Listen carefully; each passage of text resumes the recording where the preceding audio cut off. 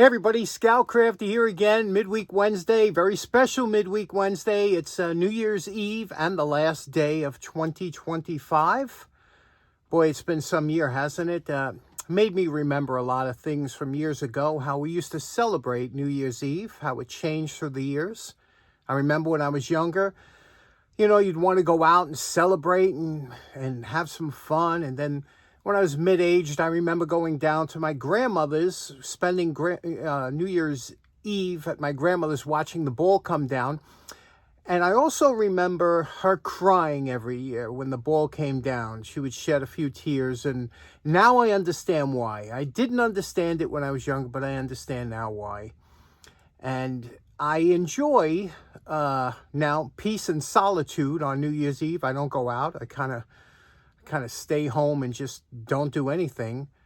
The best part of my New Year's celebration is to reflect on the year that's gone by and think about some accomplishments that I might have done, some goals I might have reached, maybe some I fell short of, and what I want to do for the next year. So that's what we're going to talk about today. A couple things about the upcoming year and upcoming 2026. 2025, for me, one interesting thing that happened was my back injury. Some of you that know the channel, I was laid up for, let's say, a month or so, but that messed me up mentally. Do you know that? I'm still not over it mentally. Physically, I'm back 100%, knock on wood, but I don't have the confidence anymore. I keep thinking that could happen again. It's like a kidney stone. If you've ever had a kidney stone, it screws you up thinking that, what if I get another kidney stone? Or if that happens, can you imagine getting a kidney stone attack if you're on a plane, a flight, or somewhere where you're driving somewhere, and you know how it affects you, it knocks you out. So I same thing with that back injury messed me up mentally. So it takes time. It takes time to kind of forget about it and get over it. But I'm still not 100% yet mentally, even though physically I am. But what we want to talk about this year is, for the upcoming year, is my good buddy Reggie on the road over in the UK. He just recently he did some work. He found some oscilloscopes, when he was having fun with them. And he was talking about electronics. And I wanted to respond to that. So let's start off with that. Okay, last time I asked you how many ounces and pounds do you think this jar weighs? Pounds and ounces. So let's gonna weigh it here. Okay, we're gonna put it on the scale. I have it zeroed out, and there we go. Okay, we have 9 pounds 6.1 ounces, and 9 pounds 6.1, or 150.1 ounces. Okay, or if you want to go, it would be 4 kilograms, 256 grams. What do you think about that? Were you close? Now, the total on that was 9.61 pounds, and the closest person was Rodney Richards, who came in at 9.4 ounces. A lot of people guessed at 6 pounds. Pretty interesting, huh? It's hard to tell when you're not around it or feel it or touch it or something, but that was a good guess. A lot of you had close guesses, but 9.4 was the closest. Nobody even came close to 9.6, right on the money. Now, there's an old saying that says you can't teach an old dog new tricks, which for some things is true, but not when it comes to skill sets that we could pick up. And in 2026, it's always, or any time a new year comes around, it's always nice to say, this year I'm going to try and learn this skill set or that skill set and pick up something new. Electronics is a fantastic skill set that's very easy to learn, simple electronics. There's so many great tutorials on YouTube, and it's a lot of fun. And the best thing about electronics, it's a clean hobby. So in the wintertime when it's cold and it's cold in your shop, you could do a small electronic project on your kitchen table in the warmth of your home, or if it's super hot in the shop, you can work on electronics in the air condition. It's just a clean gentleman's hobby. And what kind of maniac only has one hobby, right? So To get started with electronics, I find the best way is to start right from the get-go, right from the beginning. And that is to get a small electronic kit and put that together, because that'll teach you, and you could learn at low expense.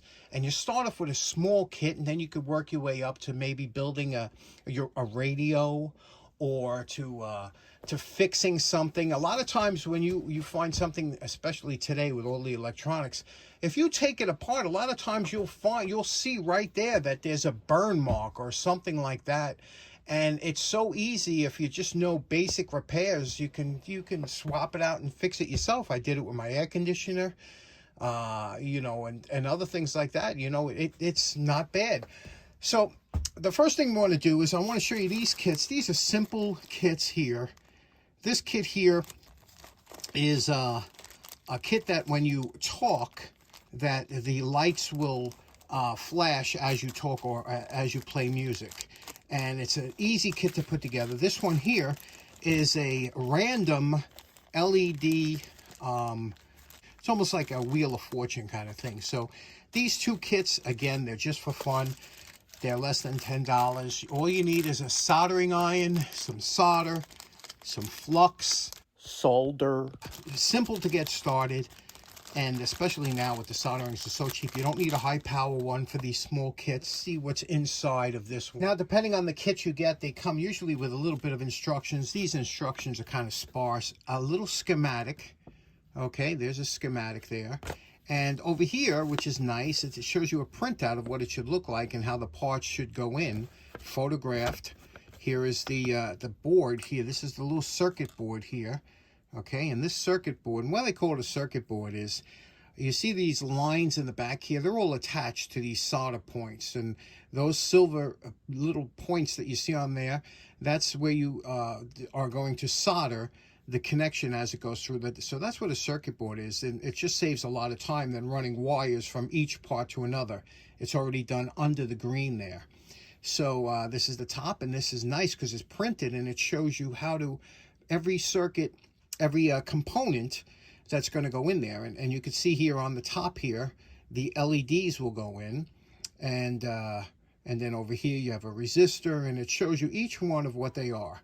And so you lay out your parts. The first thing you want is a nice area that you can lay your parts out, make sure you got everything. Okay, now we laid out our parts just to make sure we have everything before you start the kit. I already see one little issue, but I think we won't have a problem with it. But first, you go through some of the parts, and you can see here we have very limited parts to this kit. And the first part here is over here. These are what's called the resistors. The most common, probably, component in all electronic kits is the resistor.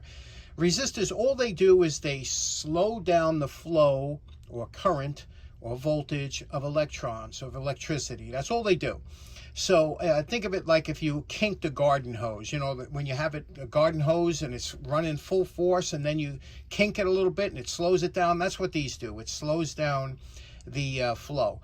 And there's bands on a resistor. They come in different colors for the make. Some are tan, some are blue, depending on what they're made of. But the bands will show you how to read what the resistance is. And you can see here we have 3 resistors here. We have a 10K, that's 10,000 ohms resistance, 1 million ohms resistance, and 4.7K, that's 4,700 ohms resistance. So there's only 3 of them. Now, over here, when you're looking at the resistors, like I said, you can read them very easy, but sometimes with these, you need a magnifying glass to get a good look at them, because especially with the blue ones, the colors kind of blend in, and it's hard to get the correct. But it's very easy here because they're not close in resistance, so it's going to be easy to pull these apart. But that's resistors. That's number 1. Next up, we have this piece here is a microphone. You can see here MK1 over here. That's MK1. That's the microphone. That's going to pick up the noise. That's going to make the LEDs move. And then over here, this is a little power port. This is where you'll be able to hook up your power to. And that, if you look over here on your schematic, goes right over here on the bottom here. Can you see that? And then over here, we have a couple transistors. Capacitors. Capacitors basically hold a charge for a certain amount of time. It's And that's, you know, they do a lot of different things, but these are capacitors. Now, this is what the problem I was telling you about. They usually have long, you see these long tails on them? This one here has a short, that was cut for some reason. I don't know why. And whenever you see long tails, there's usually a short one and a long one if their polarity, if there's a polarity to them, a minus and a positive. So anytime you see a long one, the long one is always the positive. Okay, remember that. Long is always positive in electronics, so that would be the positive side. Here they're cut to the same size. So you say, well, how are you going to tell? On the side of the capacitor 2, there's a stripe. You'll see this little stripe here. Can you see this little stripe? That's showing you the negative side. This is the negative side. So you have to be careful because they are polar. They do have a polarity to them. Speaking of polarity, these up here, these are called diodes. A diode is nothing more than like a check valve. It's a component that only lets fluid or electrons go one way. It can't go the other way. It only goes one way. Now, these diodes emit light, so they're called light-emitting diodes. You know them as LED. So these here, there is a positive and a negative. Typically, these are run between 1.2 and 3 volts, depending on what color and things like that they are. But so that's why you need the resistance, because if we put a 9-volt battery to run this thing, these resistors will drop the voltage down so we don't burn out the LED. So it's very simple when you think. So let's start having some fun and getting this thing together. Now, when starting out, you don't need a ton of equipment, but it's always nice to have a few items. Like, first of all, you're going to need a soldering iron, okay? When you're dealing with a soldering iron, you want to get one that doesn't have a tremendous amount of wattage, you know, like the old pistol grip soldering irons, because those are just they're meant for a heavier duty job. This is electronics. You want something. This is a 25 watt. This is a kind of a low wattage. This is good for circuit boards, things like that. Next, you're going to need solder. The hardest thing for a New Yorker to say is solder. That's usually we say solder, you know. So solder. Forgive me if I mispronounce and leave out the L. Solder comes in different grades, different types. This one here, you see how thick it is. You don't want any of this stuff. You want a electronics solder, which is basically here rosin core solder, and it's usually 63-37 is the percentage. Okay, here's another one. This one here is a standard rosin core solder, but you want the thin stuff. The thin stuff is really what you want for circuit boards. So look for the thinnest solder that you can get. And then lastly, you want some kind, if you can, of rosin. And this here comes in a paste, okay? And it really makes your soldering so much easier. So it comes in a paste, comes in a liquid. Liquid's nice, flux, and over here, this is another type of paste, but this one here has an injector that you can squeeze on and just put a little bit on there. So depending on what you're doing, that's good to have. And then lastly, it's always nice to have something to hold. I have this came in a kit, believe it or not, magnetic, a steel plate with magnetic arms that you can hold the kit to do work like that. That's basically all you need. So, and then solder wick. This is that copper wicking that in case you make a blob, you can take some off. So that's basically all you need. Let's get started. First thing I like to do is take a little bit of isopropyl alcohol on a piece of paper towel, wipe off the back in case there's anything that's going to make it hard for your solder to stick. So you want a clean circuit board. So we just wipe that off with isopropyl alcohol. Next, we're going to start. I like to start with the center and work your way out so it's easier to place the components with my fat fingers here. We're going to start with the microphone. You see how there's 2 prongs here? It goes right into the two holes here, and you place this in, and then once these get through the hole here, let me put them through. There we go. Push it down. Okay, once it's down like that, there's your first component.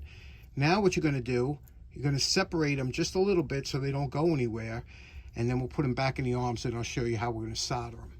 Now, you don't have to use flux, but it really does help a lot of times, especially if you're not sure about certain items. You take a little bit of flux on the toothpicks if you're using a paste. If you used on liquid, you would just wipe it off. Take a little bit of flux, put it on just where the connection is, and then you're going to take your soldering iron and your solder, and what you're going to do is you're going to touch the component here on this side and have the solder on this side and melt it into the connection. I'll show you what that looks like.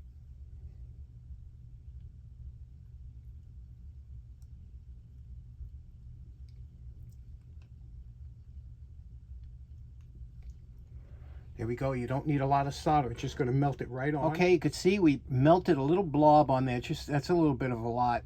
I haven't done it in a while.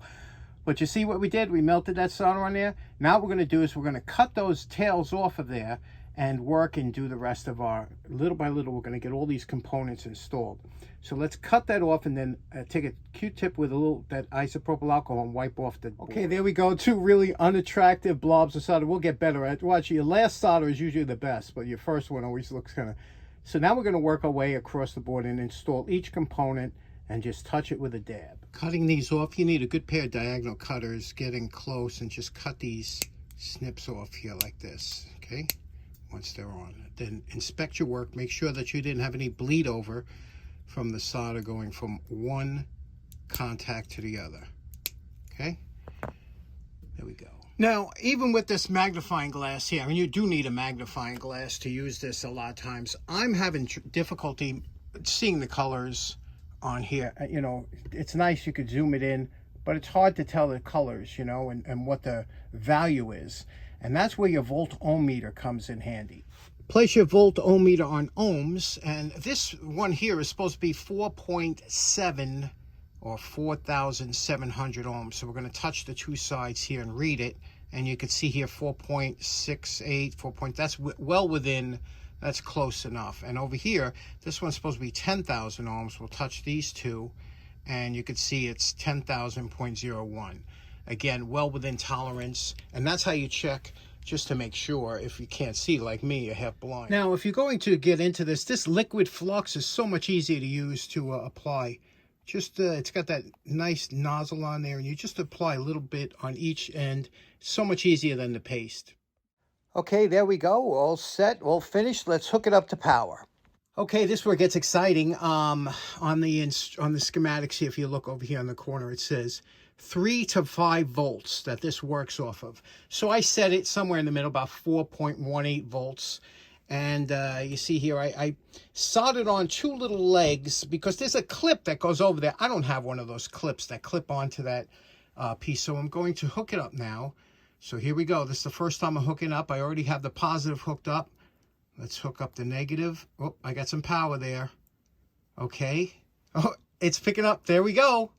All right. Can you see how that works now? It's picking up my voice. And 1, 2. Bop, bop, bop, bop, bop, bop, bop. How cool is that? That's the fun of this. This is where, now I know this is kind of goofy, but the fun of it is making this. Now this is just practice, which I haven't had in a while. And then we have that other kit to do, but that's a lot of fun. And it's very sensitive. I mean, I'm talking, you can see it's picking it up. So what do you think about that? Okay, next up, good news, bad news. I assembled the other kit. Did a nice job on this one. I did this one sitting down. What a difference it makes when you sit down. My solder joints got so much better on this one. The problem is that this kit doesn't work. Now, this is a problem with some of these kits, especially if you buy from these fly-by-night suppliers. And I took a chance with this one, but you have to look at the feedback on these. And if the feedback says functionality and it has a minus, that means other people have had problems. And especially with this here is an IC chip, integrated circuit. And a lot of these you can't check to see if they're good or not. So unfortunately, I put this together. But again, this is all about practice. I've had it long enough that I can't return it. But this thing is supposed to, when you hit this button here, this little button, this thing's supposed to spin around. I can get it to, it's not the chips. Here, I'll show you what I mean. It's not the LEDs, rather, because I can get the LEDs to move around. But I'm going to make something else out of it. I'm going to unsolder these and take them out and do something else. If you'd like to see that, let me know. But a lot of fun either way. Good practice. Good practice. Okay, so in closing, had a lot of fun playing with the electronics today and practicing. I hope you think about getting into it. It's a great hobby. Special thanks to Reggie for bringing that up. I have some great news about that mouse that I found last week, who Troy suggested we name Mary, and I think that's a great name for that mouse. Well, Mary, look what happened when I checked on Mary today. She did indeed have a litter of babies, and I'll be releasing them this spring in Connecticut as I'm trying to repopulate Connecticut with mice one litter at a time. So that really was a Christmas miracle. Now I have to do Bob the Lantern Guy's annual lantern light off, so I'm going to do that now, and I'll leave you with that. Thanks so much for letting me spend New Year's Eve with you. I hope you have a fantastic 2026. And I'll see you again on Friday. Take care now. Bye-bye.